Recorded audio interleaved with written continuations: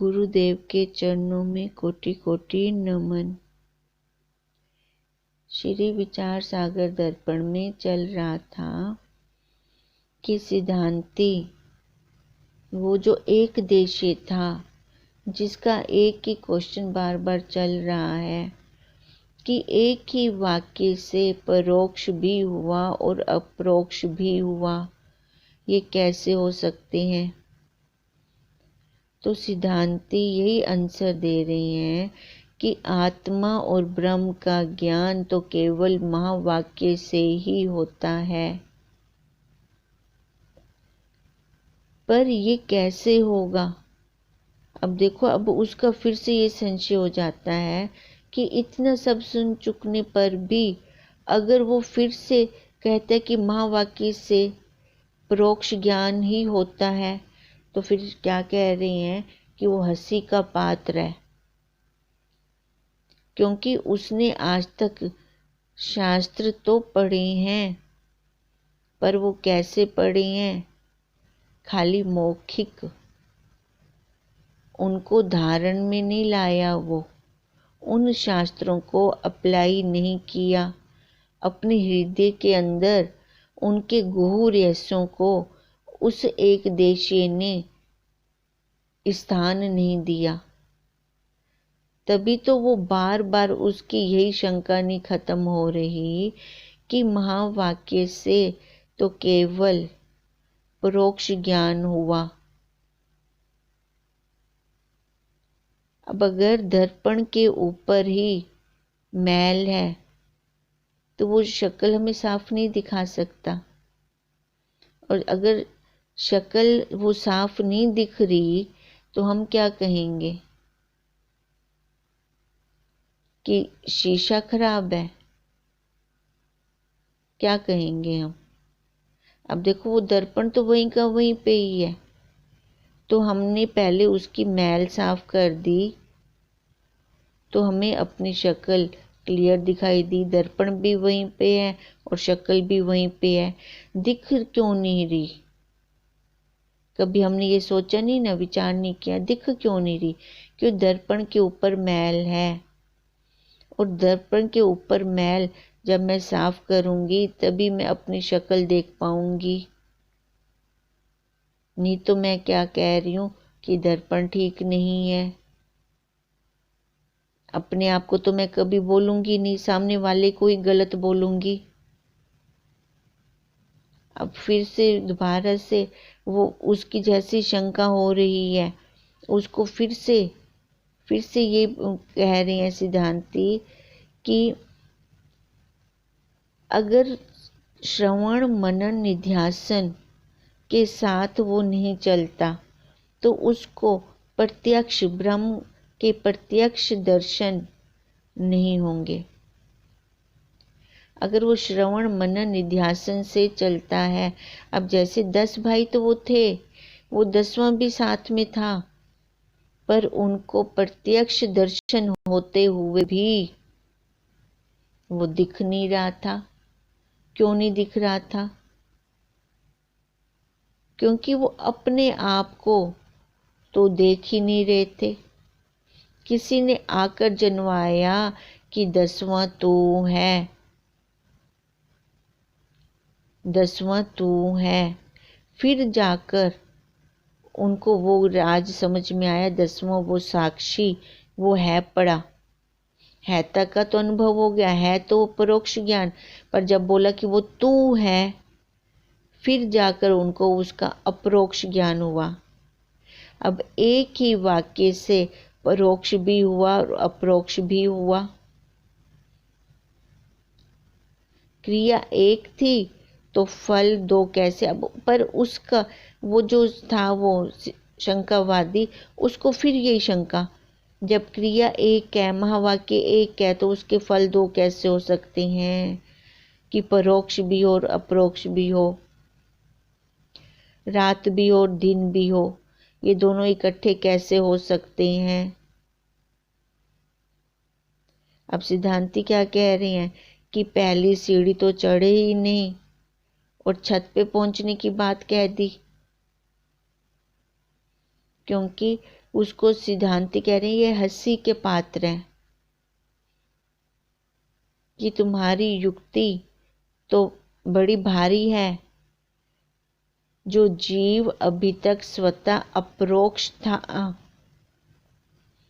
उसे अब ब्रह्म भाव की इच्छा हुई तो उसकी पहले वाली सिद्धि भी जो उसकी सिद्धि थी अपरोक्षता थी, वो भी जाती रही।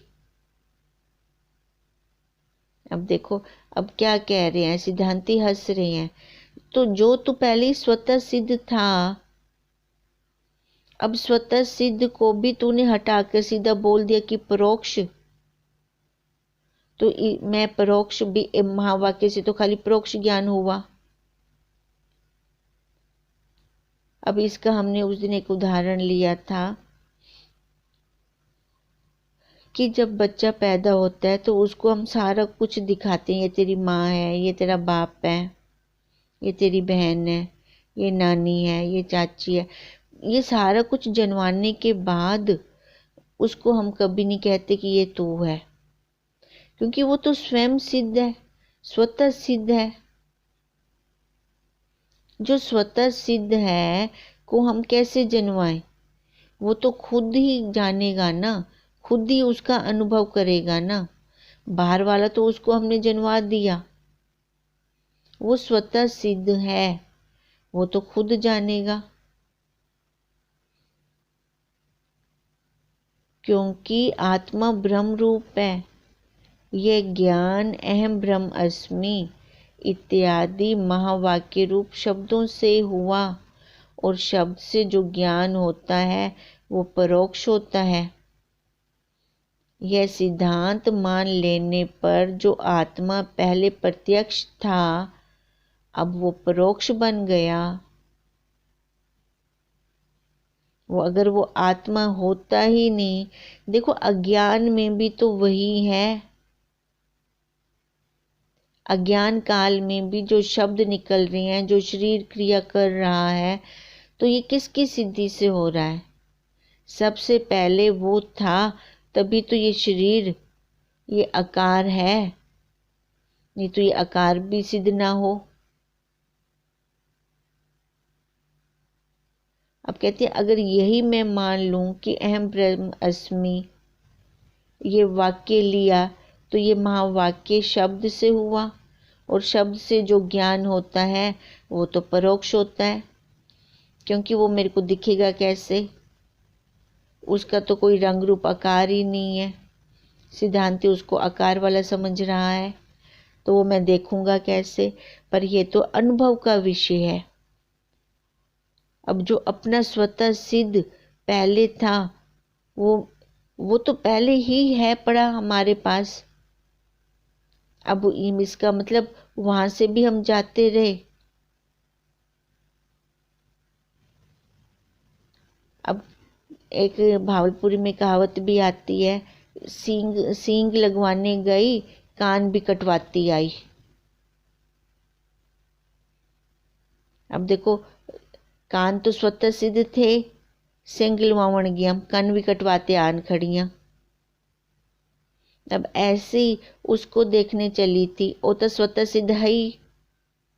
और क्या करते आ गया कि परोक्ष को समझते आ गया कि महावाक्य नाल परोक्ष ही थींदा है, अपरोक्षता थी ही नहीं सकदा। तभी वो कह रहे हैं सिद्धांति कि वो हंसने के पात्र हैं। जो स्वतः सिद्ध उसका पहले ही था, पर उसको अब ये दर्शन क्यों नहीं हो रहे उसके? क्योंकि दर्पण पर काई जम गई है। काई जमी होने के कारण उसको अपनी शक्ल साफ नहीं दिख रही। तो फिर हम क्या कहेंगे कि अगर शक्ल साफ नहीं दिख रही तो दर्पण ठीक नहीं है। तो उसमें हमें अपने पहले जल को साफ करना पड़ेगा, अपने चित्त रूपी जल को साफ करना पड़ेगा, फिर जाकर उन महावाक्यों का अपरोक्ष ज्ञान होगा। तो ये राज हमें कौन बताएंगे? तत्वज्ञ, अब जैसे वो 10 भाई रो रहे थे कि एक भाई हमारा डूब गया, एक भाई हमारा डूब गया, वो तो पर किसी संत को उन पे दया आई रोते हुओं को देखकर। उन्होंने काउंटिंग की, ये तो पूरे के पूरे 10 हैं, ये मूर्ख हैं। तो उन्होंने फिर कहा कि रोवो मत, 10वां है, 10वां है ताकि जैसी सिद्धि की तो वो 10 खुश हो गए। पर उनके पूछने पर कि वो 10वां कहाँ है, फिर एक लाइन में खड़ा करके बोला 10वां तू है, 10वां तू है, 10वां तू है। फिर जब उन्होंने काउंटिंग की तो अपने आप को उनको बीच में गिनवाया। अब ये हो गया उसका अपरोक्ष ज्ञान।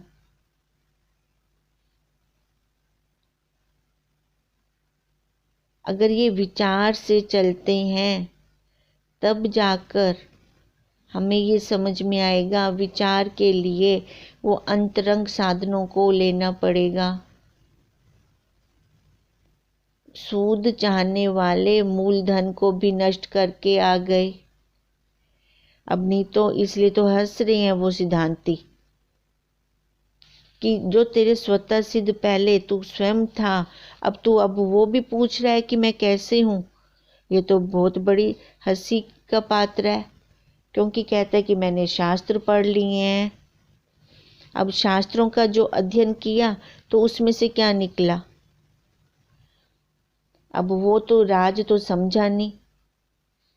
अब ऐसे ही हम सब जीवों का हाल हो रहा है।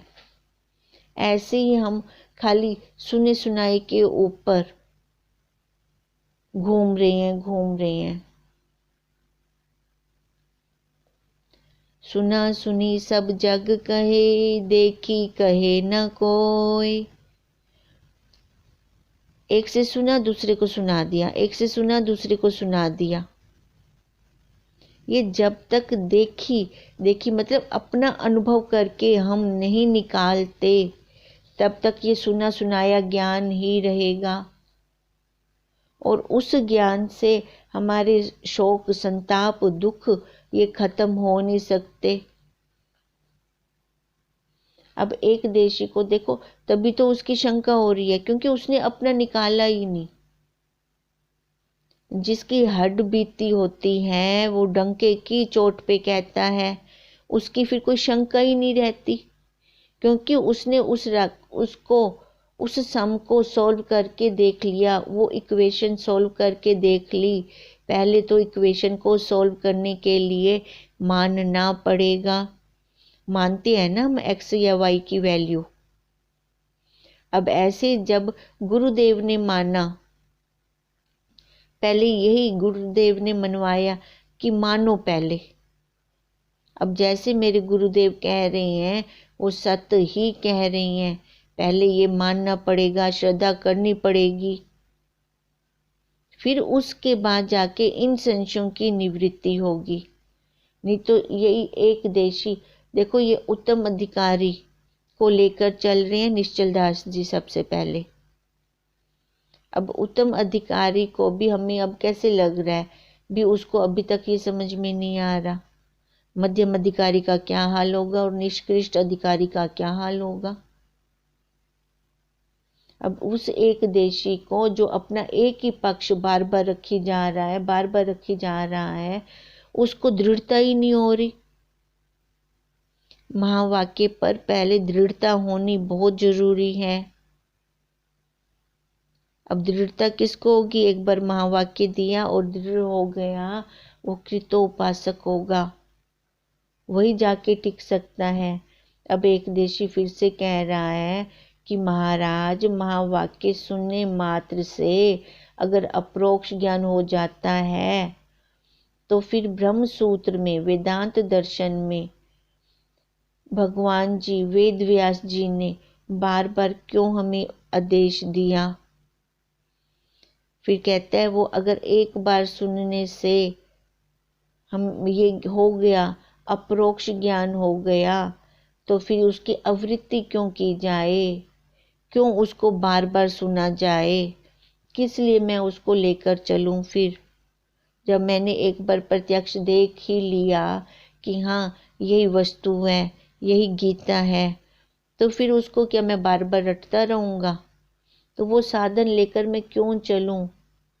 अब सिद्धांती कहते हैं कि मैं तो पहले भी कह चुका हूँ कि वेदों ने तथा आचार्यों ने श्रवण आदि का विधान उन साधकों के लिए किया है जिनका मन पूरा शुद्ध नहीं हुआ, अभी असंभावना जिनकी बनी पड़ी है। अब वो सिद्धांती कह रहा है कि उधर से आप कह रहे हो कि महावाक्य शब्द से ही अप्रोक्ष हो जाते हैं, तो वो कहता है फिर क्यों वेद व्यास जी ने श्रवण कहा है, बार बार आवृत्ति की है श्रवण मनन निध्यासन की, फिर वो ना करें, उसको ना बोलें। अब ये एक देशी ऐसा है कि उसकी शंकाएं खत्म ही नहीं हो रही।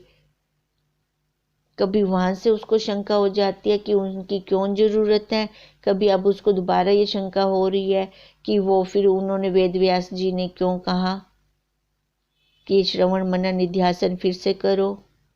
अब यही कह रहे हैं सिद्धांती कि ये तो मैं पहले ही बता चुका हूँ कि जो आकृत उपासक हैं उनको श्रवण मनन निध्यासन की ज़रूरत है। अंतरंग साधनों में अब बाहर वाला कर्म नहीं करना कोई भी, अब ये श्रवण रूपी कर्म करना है, ये अंतरंग साधनों में करना है। तब जाकर उस शंकावादी की शंका जो असंभावना बनी पड़ी है, असंभावना क्या है? आकार वाला अपने आप को मान रखा है, देह वाला अपने आप को मान रखा है। असंभावना से परमाणुगत संशय समाप्त होंगे और संशयों की निवृत्ति से परमेगत, जैसे हम मनन करते हैं तो ये परमेगत संशय हमारे खत्म होते हैं। और विपरीत भावना कैसे खत्म होगी? निध्यासन करने से। तभी ये श्रवण मनन निध्यासन बहुत जरूरी है। उसके बाद महावाक्य का संशोधन, ज्ञान का साक्षात साधन महावाक्य का संशोधन कहा गया है।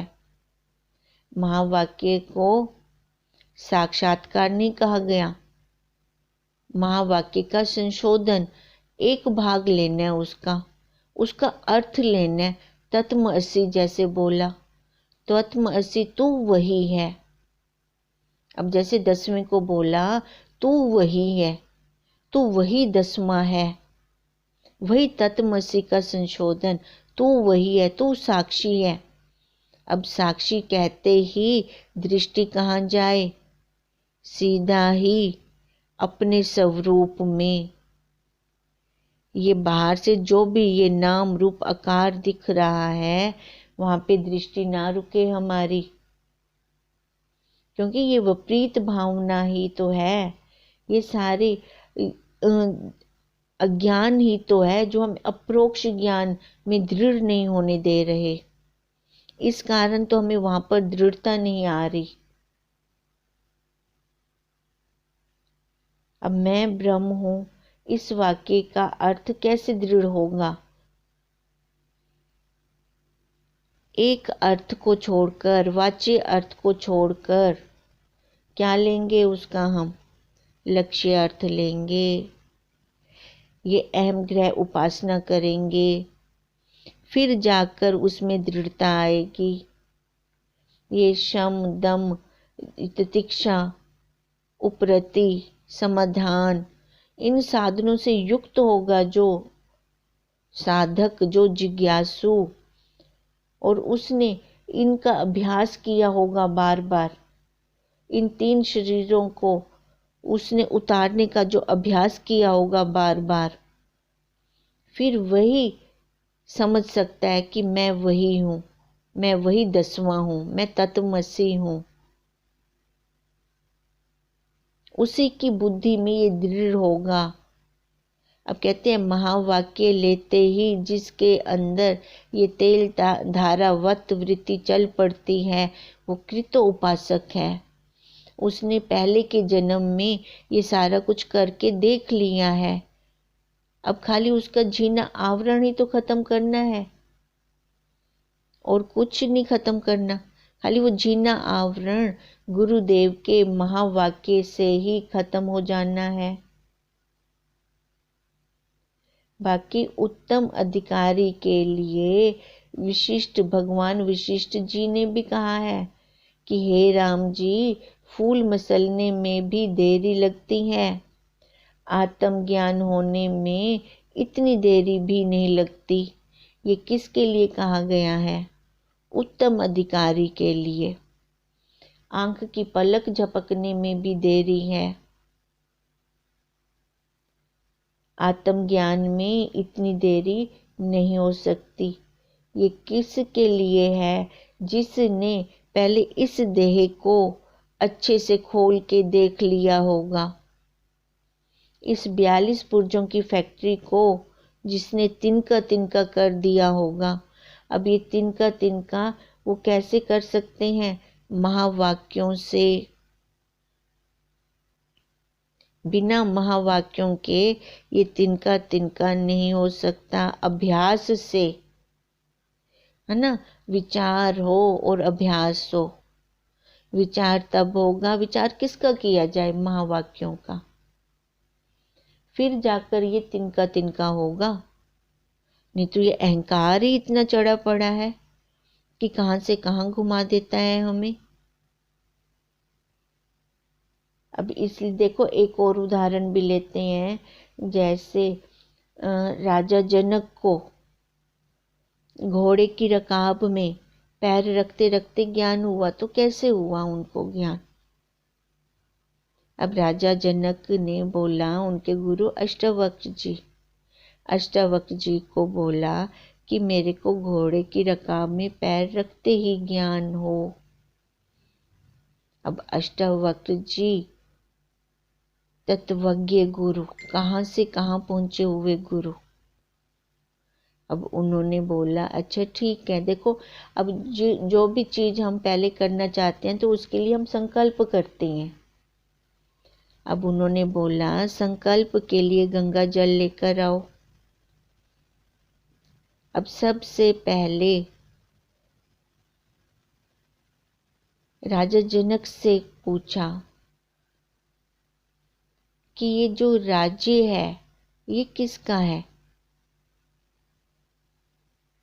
तो जनक जी ने बोला मेरा है। तो अष्टावक्र जी ने बोला संकल्प करो और मेरे को दे दो। देखो, जब हम गुरु से ज्ञान लेते हैं ना तो दक्षिणा देनी बहुत जरूरी है, और दक्षिणा के बिना वो ज्ञान हमें ठहरता नहीं। ये परंपरा चली आ रही है।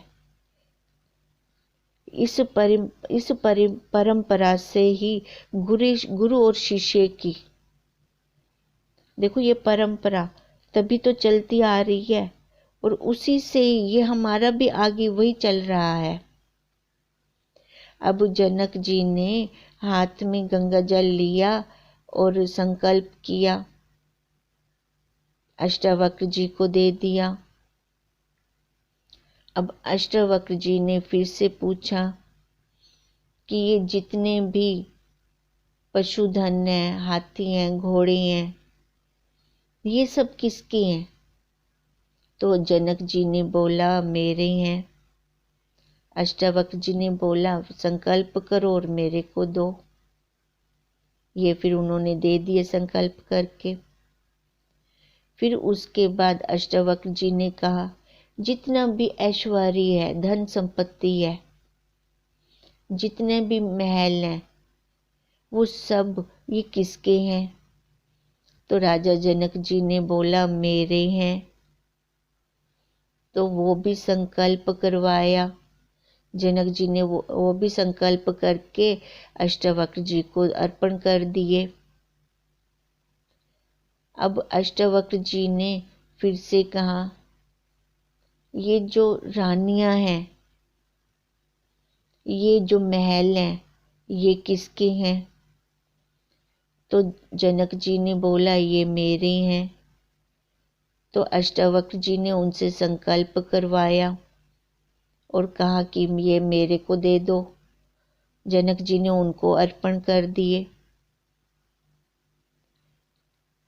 अब उसके बाद अष्टावक्र जी ने बोला ये जो शरीर है ये किसका है? जनक जी ने बोला ये मेरा है। तो अष्टावक्र जी ने कहा ये भी मेरे को दे दो। अब वो भी संकल्प करवाया। तो जनक जी ने हाथ में जल लेकर वो भी उनको दे दिया। अब अष्टावक्र जी ने कहा जो मन और बुद्धि है, जहाँ से बोल रहे हो, ये किसके हैं? अब देखो स्थूल से सूक्ष्म में ला रहे हैं।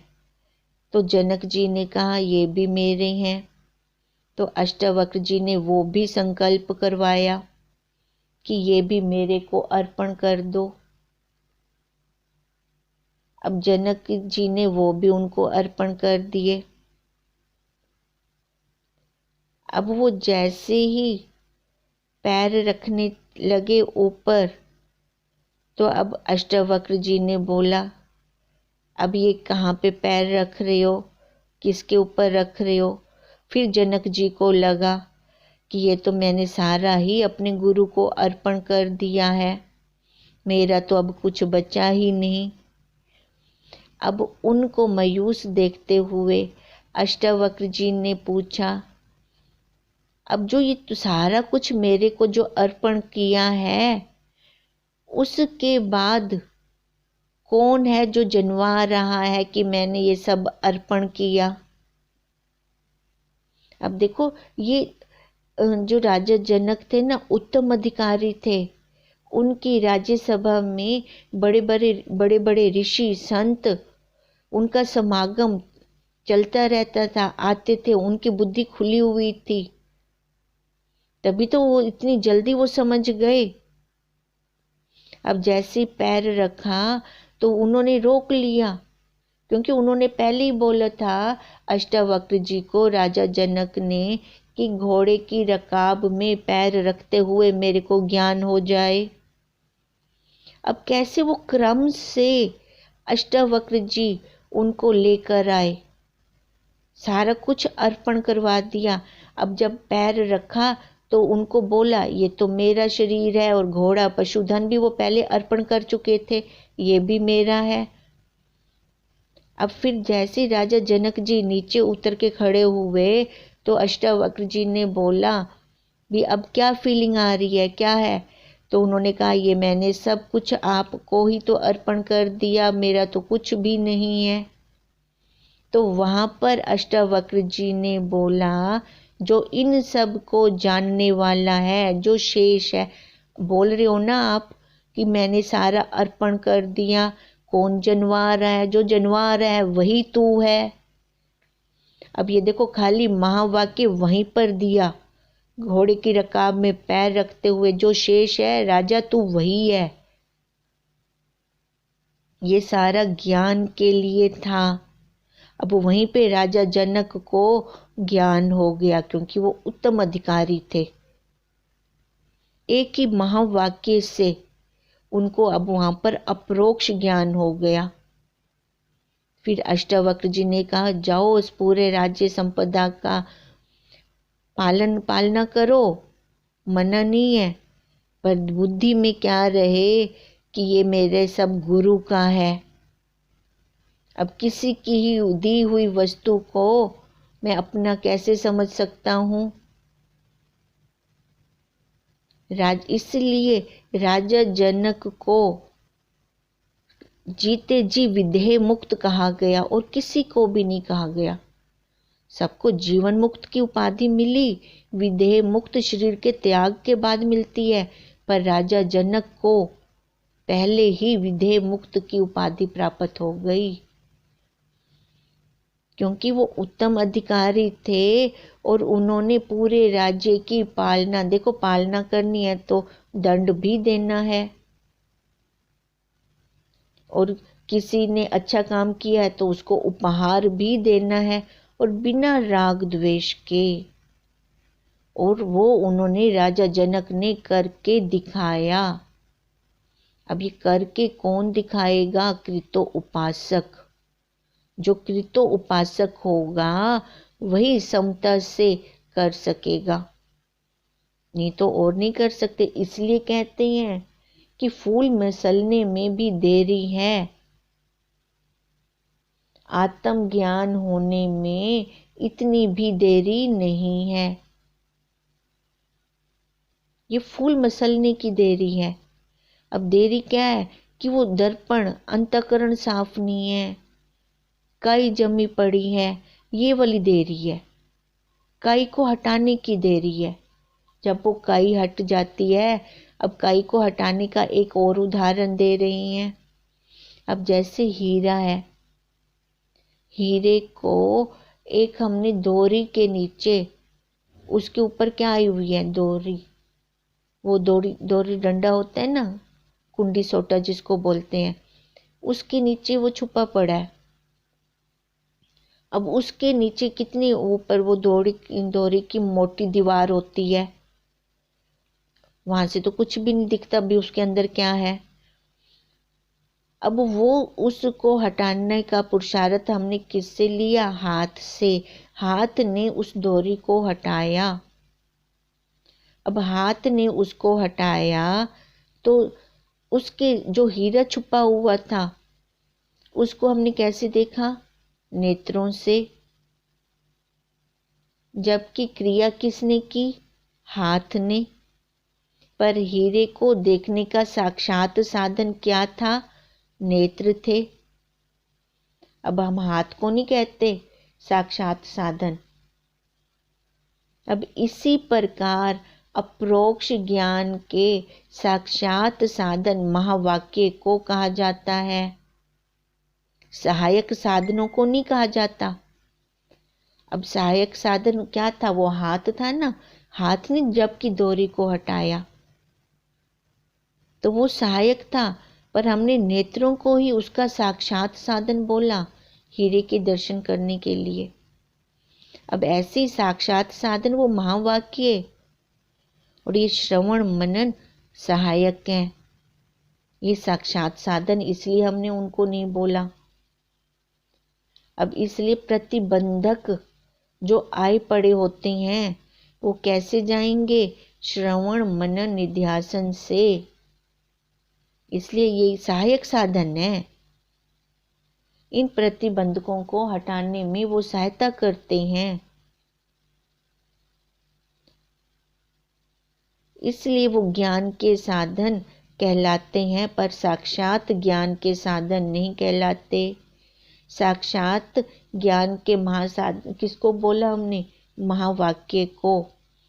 क्योंकि जब तक ये हम नहीं करते, श्रवण मनन निध्यासन नहीं करते, तब तक इन 3 शरीरों को कैसे हटाएंगे?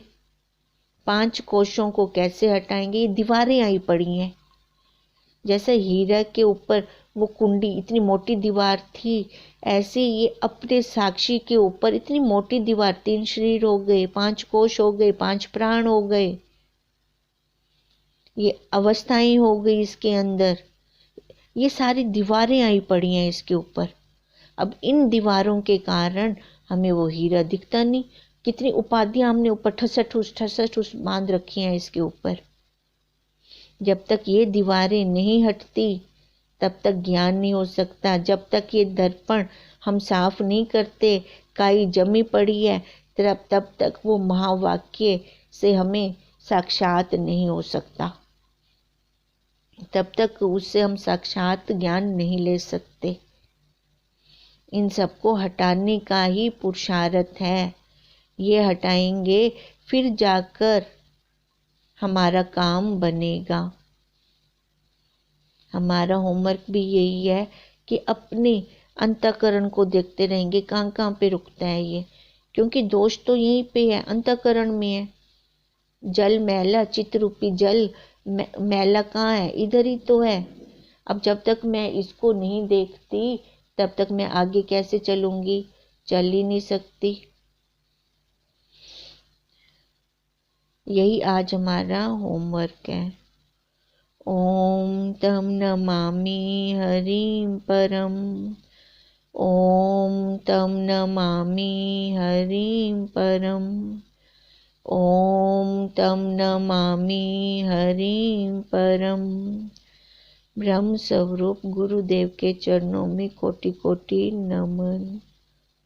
ओम।